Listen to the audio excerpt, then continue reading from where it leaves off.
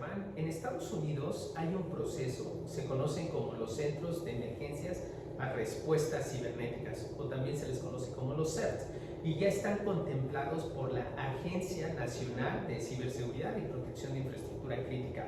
Hablemos del tema del lavado de dinero en personas que son inocentes. ¿Qué pasa o qué vimos que pasó? Bueno, los hackers se roban bases de datos. A Home Depot le robaron una base de datos. Eventualmente Home Depot tuvo que pagar una demanda, un settlement de 146 millones de dólares por el robo de datos personales. Ok, esos datos personales cuando llegan al dark web o cuando llegan a esos lugares que son donde se hace el comercio ilícito, el mercado negro del internet, las organizaciones criminales compran datos personales de una persona para obtener pasaportes, para obtener documentación que van a utilizar en algunos casos para lavado de dinero o tráfico de personas. ¿Qué es lo que pasa?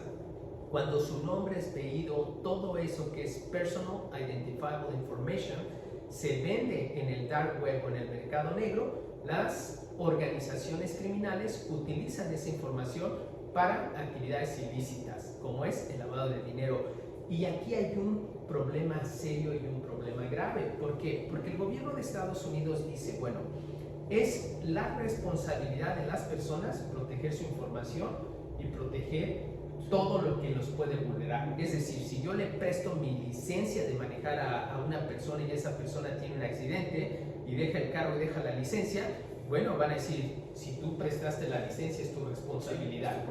Es tu problema.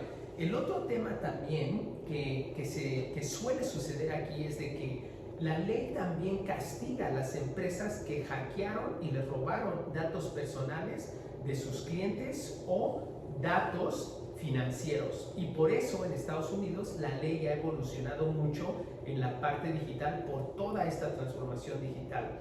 Dos cosas para México. Una, bueno, tenemos ausencia de marcos jurídicos que ya se quieren trabajar y que se quieren iniciar, pero por otro lado eso nos deja sumamente vulnerables para este tipo de delito a nivel internacional, porque sí sabemos de casos de personas que no tienen que ver nada con estas actividades ilícitas y de repente su nombre sale en una lista de una agencia de investigación de Estados Unidos, Europa y en las listas negras.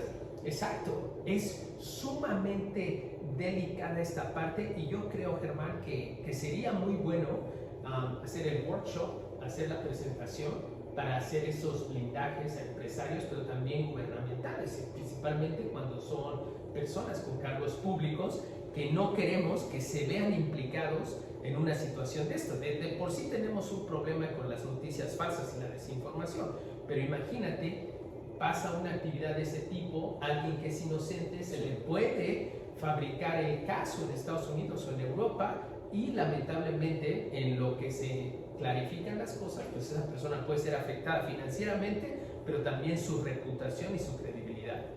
Claro, y adicional a ello, cuando hablamos de este compliance, en donde está involucrada también la parte moral de las empresas, ¿no? El verse involucrados en un ciberataque o en una situación de fraude puede implicar una pérdida del propio valor de las compañías. Entonces, necesariamente vamos a estar trabajando en una presentación tanto para el sector empresarial como gubernamental, para que conozcan la importancia que repercute tanto financiera como fiscalmente. ¿Por qué? Porque representa un impacto cuantitativo, no solamente es cualitativo. Entonces creo que cuando hablamos de números es donde nos empezamos a preocupar, y además de la parte sensible, como tú bien lo compartías, todos estos delitos que te pueden involucrar a una prisión preventiva oficiosa incluso, y en donde pues en lo que se resuelve el asunto estás dentro de la cárcel. Entonces creo que esta parte penal es un tema muy delicado que lo tenemos ya contemplado, visto, y sobre el cual advierten que todos debemos de tener una prevención, tanto como funcionarios como exfuncionarios públicos, que también requieren como tal un análisis de su información financiera. Efectivamente, y sobre todo dar cuáles son las posibles soluciones para poder mitigar cualquier instancia de este tipo. Y también, como bien lo dices, para pues, proteger la credibilidad y la reputación de las personas, pero también las empresas. Una empresa que ya sufre un ciberataque va a perder credibilidad con sus accionistas, con sus socios comerciales y con sus clientes. Y bueno, y una persona, tratándose de una persona ya sea de gobierno o un empresario, pues también le puede afectar sumamente a su credibilidad. Claro. Entonces vamos a trabajar en eso, Germán. Es un gusto Así estar será. aquí con mi querido amigo Germán. Yo lo aprecio mucho, lo admiro.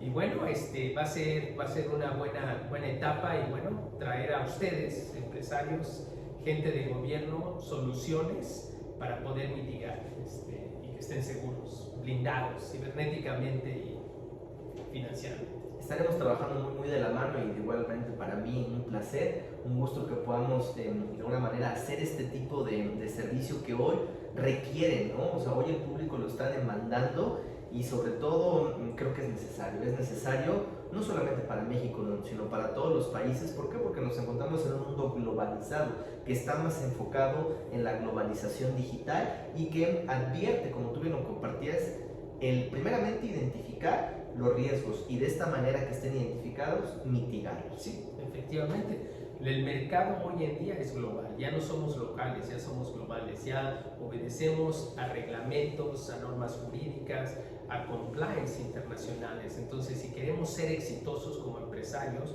o en cualquier área que nos dediquemos, necesitamos a nivel internacional, a nivel global, colaboración y cumplimiento de esas normas jurídicas internacionales para estar bien protegidos.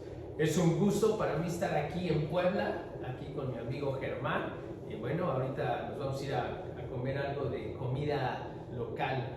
Cómo no, ahorita aprovechando que es la temporada de los chiles en nogada, vamos a ir a degustar unos buenos chiles en nogada. Es un gusto estar aquí en Puebla, pues muchísimo gusto. Muchas gracias, Germán, por recibirme en tus oficinas, que me parecieron sorprendentes, muy bonitas, muy ejecutivas, muy cálidas. Gracias, te felicito por todo tu arduo trabajo y por tu visión. Eres una persona de la cultura del esfuerzo, así como yo, y bueno, qué bueno que hacemos algo de bien para la sociedad, de bien para nuestros amigos, para nuestros clientes. Muchas gracias, Germán. Al contrario, bienvenido.